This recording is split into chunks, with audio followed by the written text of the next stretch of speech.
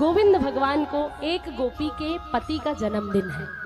गोविंद भगवान के नाक में खुशबू आई, वो पत्नी, वो गोपी जो है ब्रज की ग्वालन, वो पंजीरी बना रही थी। कौन कौन जानता है पंजीरी? अभी भादों में जब जन्माष्टमी होगी तो पंजीरी बनेगी ना। धनिए की पंजीरी, सूजी की पंजीरी, बेसन की, आटे की, सब भून करके उसमें तमाम सारे ड्राई फ्रूट्स मिला करके, धनिया वगैरह मिलाकर तैयार करते हैं ना। तो पंजीरी वही जो सत्यनारायण भगवान की कथा में बनती है, वो पंजीरी भगवान को बहुत प्रिय है। इनका नाम है सत्यनारायण।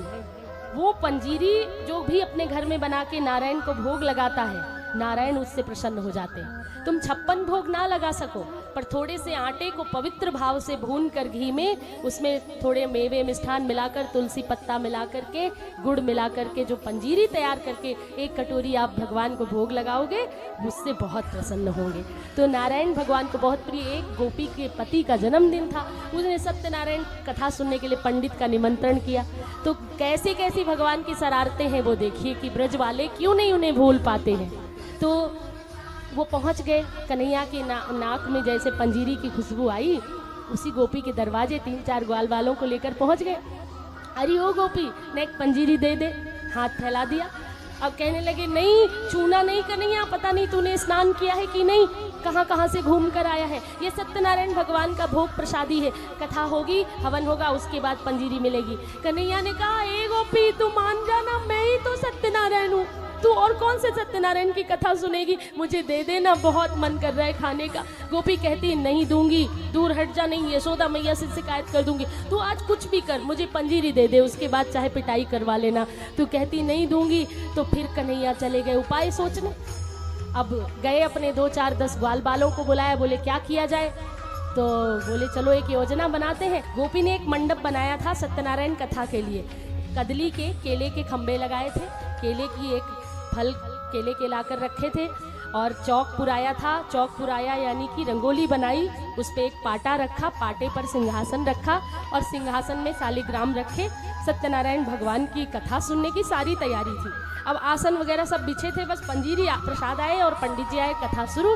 कन्हैया जो है 5-7 गोप बालकों को ले आए, अलग अलग, जो उनके साथ नहीं गए थे उनको, और फिर गली से 2 पिल्ले पकड़ कर लाए, चुनरी उड़ाई, चंदन लगाया, माला पहनाई और सिंहासन में ले जाकर विराजमान कर दिया। अब एक ग्वाल बाल जाता है, कहता है, अरे वो गोपी देख कन्हैया तुझे बुला रहा है। अरे हम जानते हैं कन्हैया क्यों बुला रहा है। कन्हैया 3-4 ग्वाल बालों के साथ गए, बोले बाकी तुम बाद में आना, नहीं तो मेरी बात का विश्वास माने ना माने। कन्हैया गए, देख गोपी तेरा भला करने के लिए आया हूँ, तूने अच्छा हुआ मुझे प्रसाद नहीं दिया। तेरे तो सिंहासन पे, तेरे तो मंडप में साक्षात सत्यनारायण भगवान प्रकट हुए हैं, चलना गोपी साक्षात सत्यनारायण भगवान के दर्शन कर। सही में? हाँ कन्हैया, हाँ मैं झूठ थोड़ी ना बोलूँ, कन्हैया तेरा झूठ थोड़ी ना बोलेगा। कन्हैया मैं तेरी बातों में नहीं आती, तू तो हमेशा ऐसे बहलाता रहता।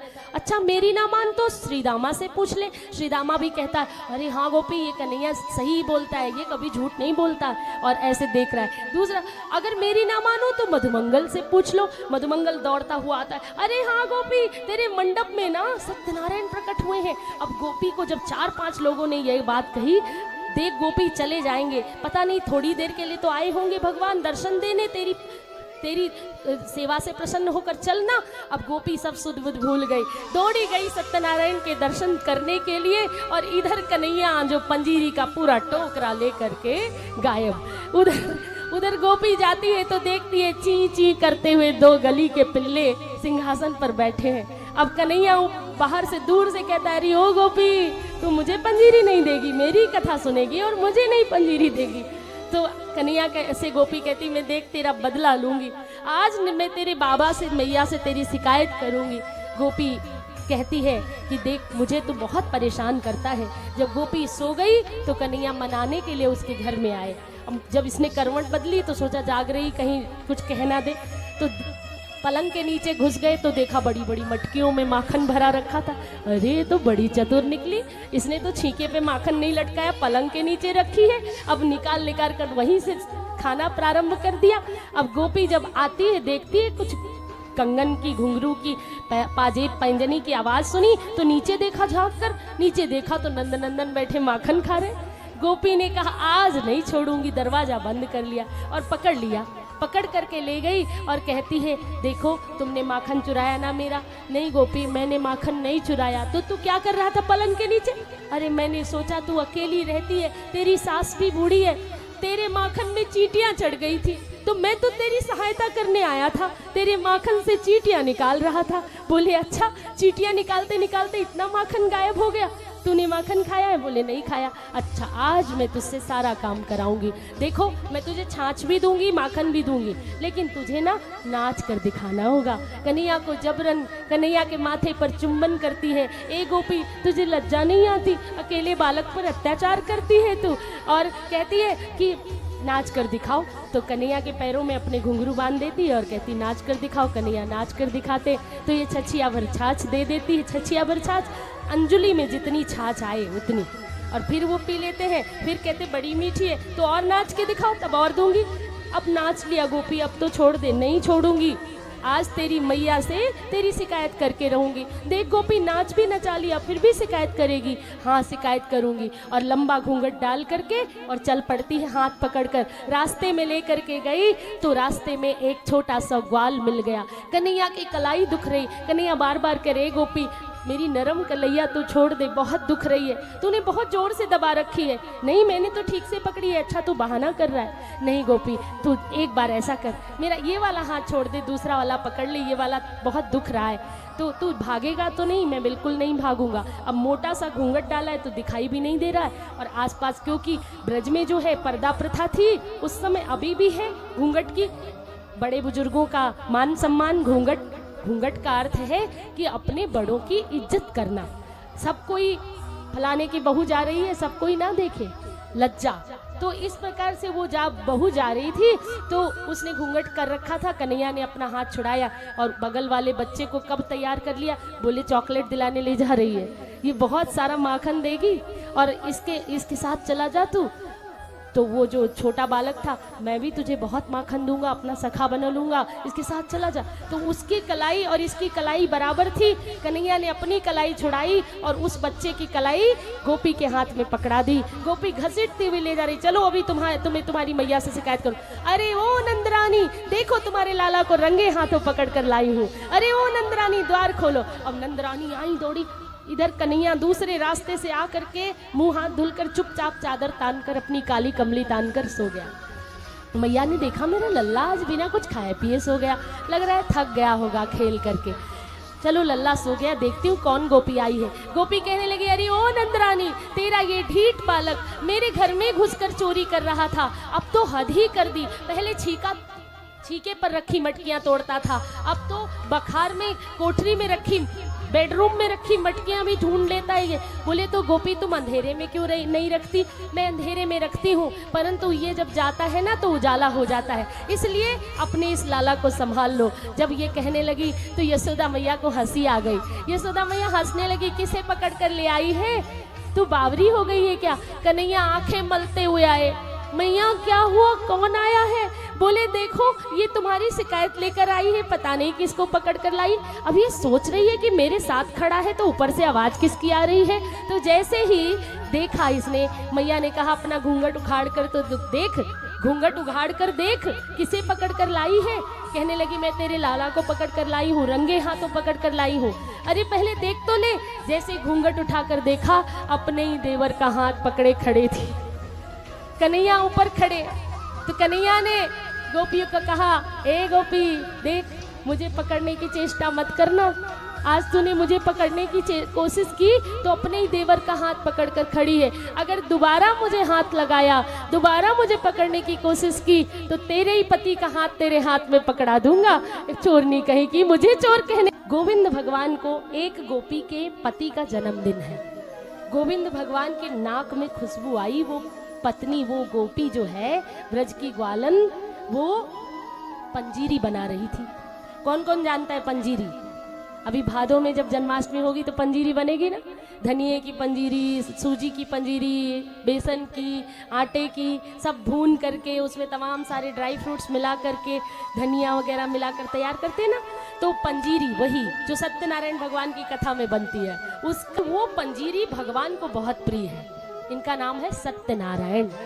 वो पंजीरी जो भी अपने घर में बना के नारायण को भोग लगाता है, नारायण उससे प्रसन्न हो जाते हैं। तुम 56 भोग ना लगा सको, पर थोड़े से आटे को पवित्र भाव से भून कर घी में, उसमें थोड़े मेवे मिष्ठान मिलाकर, तुलसी पत्ता मिलाकर के, गुड़ मिलाकर के जो पंजीरी तैयार करके 1 कटोरी आप भगवान को भोग लगाओगे, मुझसे बहुत प्रसन्न होंगे। तो नारायण भगवान को बहुत प्रिय। एक गोपी के पति का जन्मदिन था, उसने सत्यनारायण कथा सुनने के लिए पंडित का निमंत्रण किया। तो कैसे कैसी भगवान की शरारतें हैं वो देखिए कि ब्रज वाले क्यों नहीं उन्हें भूल पाते हैं। तो वो पहुंच गए, कन्हैया के नाक में जैसे पंजीरी की खुशबू आई, उसी गोपी के दरवाजे 3-4 ग्वाल वालों को लेकर पहुंच गए। अरे ओ गोपी, ने एक पंजीरी दे दे, हाथ फैला दिया।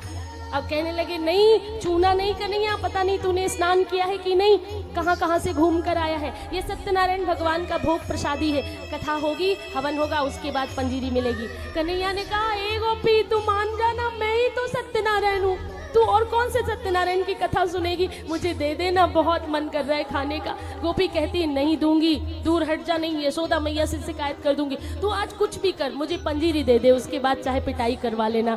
तू कहती नहीं दूंगी। तो फिर कन्हैया चले गए उपाय सोचने। अब गए अपने 2-4-10 ग्वाल बालों को बुलाया, बोले क्या किया जाए। तो बोले चलो एक योजना बनाते हैं। गोपी ने एक मंडप बनाया था सत्यनारायण कथा के लिए, कदली के केले के खंबे लगाए थे, केले की एक फल केले के लाकर रखे थे, और चौक पुराया था, चौक पुराया यानी कि रंगोली बनाई, उस पे एक पाटा रखा, पाटे पर सिंहासन रखा, और सिंहासन में शालिग्राम रखे। सत्यनारायण भगवान की कथा सुनने की सारी तैयारी थी। अब आसन वगैरह सब बिछे थे, बस पंजीरी प्रसाद आए और पंडित जी आए, कथा शुरू। कन्हैया जो है 5-7 गोप बालकों को ले आए, अलग अलग, जो उनके साथ नहीं गए थे उनको, और फिर गली से 2 पिल्ले पकड़ कर लाए, चुनरी उड़ाई, चंदन लगाया, माला पहनाई और सिंहासन में ले जाकर विराजमान कर दिया। अब एक ग्वाल बाल जाता है, कहता है अरे वो गोपी देख, कन्हैया तुझे बुला रहा है। अरे हम जानते हैं कन्हैया क्यों बुला रहा है। कन्हैया 3-4 ग्वाल बालों के साथ गए, बोले बाकी तुम बाद में आना, नहीं तो मेरी बात का विश्वास माने न माने।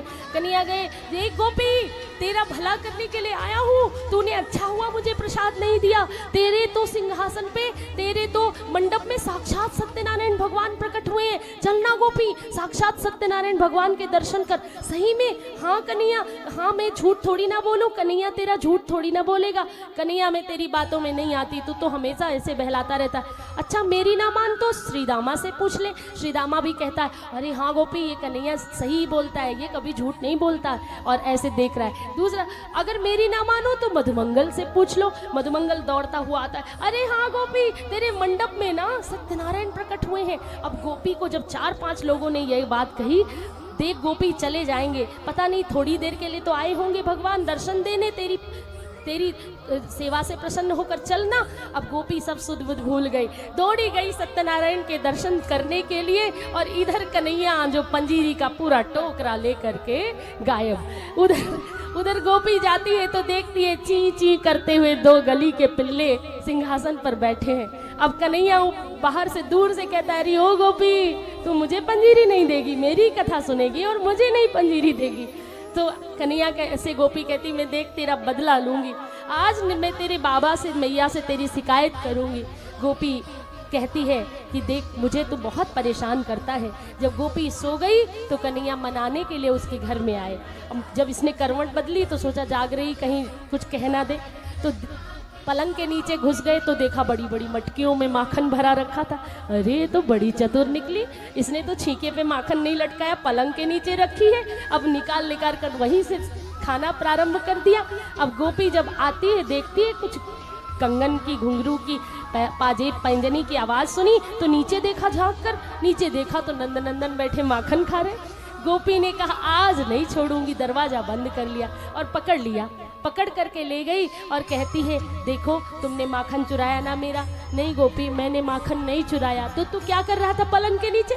अरे मैंने सोचा तू अकेली रहती है, तेरी सास भी बूढ़ी है, तेरे माखन में चींटियां चढ़ गई थी, तो मैं तो तेरी सहायता करने आया था, तेरे माखन से चींटियां निकाल रहा था। बोले अच्छा, चींटियां निकालते निकालते इतना माखन गायब हो गया, तूने माखन खाया है? बोले नहीं खाया। अच्छा, आज मैं तुझसे सारा काम कराऊंगी। देखो, मैं तुझे छाछ भी दूंगी, माखन भी दूंगी, लेकिन तुझे ना नाच कर दिखाना होगा। कन्हैया को जबरन कन्हैया के माथे पर चुम्बन करती है। ए गोपी, तुझे लज्जा नहीं आती? अकेले बालक पर अत्याचार करती है तू, और कहती है कि नाच कर दिखाओ। तो कन्हैया के पैरों में अपने घुंघरू बांध देती है और कहती नाच कर दिखाओ। कन्हैया नाच कर दिखाते तो ये छछिया भर छाछ दे देती है। छछिया भर छाछ, अंजुली में जितनी छाछ आए उतनी, और फिर वो पी लेते हैं। फिर कहते बड़ी मीठी है, तो और नाच के दिखाओ, तब और दूंगी। अब नाच लिया गोपी, अब तो छोड़ दे। नहीं छोड़ूंगी, आज तेरी मैया से तेरी शिकायत करके रहूंगी। देख गोपी, नाच भी नचा लिया फिर भी शिकायत करेगी। हाँ, शिकायत करूंगी। और लंबा घूंघट डाल करके और चल पड़ती है हाथ पकड़कर। रास्ते में ले करके गई तो रास्ते में एक छोटा सा ग्वाल मिल गया। कन्हैया की कलाई दुख रही। कन्हैया बार बार करे, गोपी मेरी नरम कलैया तो छोड़ दे, बहुत दुख रही है, तूने बहुत जोर से दबा रखी है। नहीं, मैंने तो ठीक से पकड़ी है। अच्छा, तू बहाना कर रहा है। नहीं गोपी, तू एक बार ऐसा कर, मेरा ये वाला हाथ छोड़ दे, दूसरा वाला पकड़ ले, ये वाला बहुत दुख रहा है। तो तू भागेगा तो नहीं? मैं बिल्कुल नहीं भागूंगा। अब मोटा सा घूंघट डाला है तो दिखाई भी नहीं दे रहा है, और आसपास क्योंकि ब्रज में जो है पर्दा प्रथा थी उस समय, अभी भी है घूंघट की। बड़े बुजुर्गों का मान सम्मान, घूंघट का अर्थ है कि अपने बड़ों की इज्जत करना। सब कोई फलाने की बहू जा रही है, सब कोई ना देखे, लज्जा। तो इस प्रकार से वो बहू जा रही थी तो उसने घूंघट कर रखा था। कन्हैया ने अपना हाथ छुड़ाया और बगल वाले बच्चे को कब तैयार कर लिया? बोले चॉकलेट दिलाने ले जा रही है, ये बहुत सारा माखन देगी और इसके साथ चला जा तू। तो वो जो छोटा बालक था, मैं भी तुझे बहुत माखन दूंगा, अपना सखा बना लूंगा, इसके साथ चला जा। तो उसकी कलाई और इसकी कलाई बराबर थी। कन्हैया ने अपनी कलाई छुड़ाई और उस बच्चे की कलाई गोपी के हाथ में पकड़ा दी। गोपी घसीटती हुई ले जा रही, चलो अभी तुम्हें तुम्हारी मैया से शिकायत करो। अरे ओ नंदरानी, देखो तुम्हारे लाला को रंगे हाथों पकड़ कर लाई हूँ। अरे ओ नंदरानी, द्वार खोलो। अब नंदरानी आई दौड़ी। इधर कन्हैया दूसरे रास्ते से आकर के मुंह हाथ धुलकर चुपचाप चादर तानकर अपनी काली कमली तानकर सो गया। मैया ने देखा मेरा लल्ला आज बिना कुछ खाए पिए सो गया, लग रहा है थक गया होगा खेल करके। चलो लल्ला सो गया, देखती हूँ कौन गोपी आई है। गोपी कहने लगी, अरे ओ नंदरानी, तेरा ये ढीठ बालक मेरे घर में घुसकर चोरी कर रहा था, अब तो हद ही कर दी। पहले छीके पर रखी मटकियां तोड़ता था, अब तो बखार में कोठरी में रखी, बेडरूम में रखी मटकियां भी ढूंढ लेता है। बोले तो गोपी तुम अंधेरे में क्यों नहीं रखती? मैं अंधेरे में रखती हूँ, परंतु ये जब जाता है ना तो उजाला हो जाता है, इसलिए अपने इस लाला को संभाल लो। जब ये कहने लगी तो यशोदा मैया को हंसी आ गई। यशोदा मैया हंसने लगी, किसे पकड़ कर ले आई है? तू बावरी हो गई है क्या? कन्हैया आंखें मलते हुए आए। मैया क्या हुआ, कौन आया है? बोले देखो ये तुम्हारी शिकायत लेकर आई है, पता नहीं किसको पकड़ कर लाई। अब ये सोच रही है कि मेरे साथ खड़ा है तो ऊपर से आवाज किसकी आ रही है। तो जैसे ही देखा इसने, मैया ने कहा अपना घूंघट उखाड़ कर तो देख, घूंघट उखाड़ कर देख किसे पकड़ कर लाई है। कहने लगी मैं तेरे लाला को पकड़ कर लाई हूँ, रंगे हाथों पकड़ कर लाई हूँ। अरे पहले देख तो ले। जैसे घूंघट उठाकर देखा, अपने ही देवर का हाथ पकड़े खड़े थी, कन्हैया ऊपर खड़े। तो कन्हैया ने गोपियों को कहा, ए गोपी देख, मुझे पकड़ने की चेष्टा मत करना। आज तूने मुझे पकड़ने की कोशिश की तो अपने ही देवर का हाथ पकड़कर खड़ी है। अगर दोबारा मुझे हाथ लगाया, दोबारा मुझे पकड़ने की कोशिश की तो तेरे ही पति का हाथ तेरे हाथ में पकड़ा दूंगा। चोरनी कहेगी मुझे चोर कहने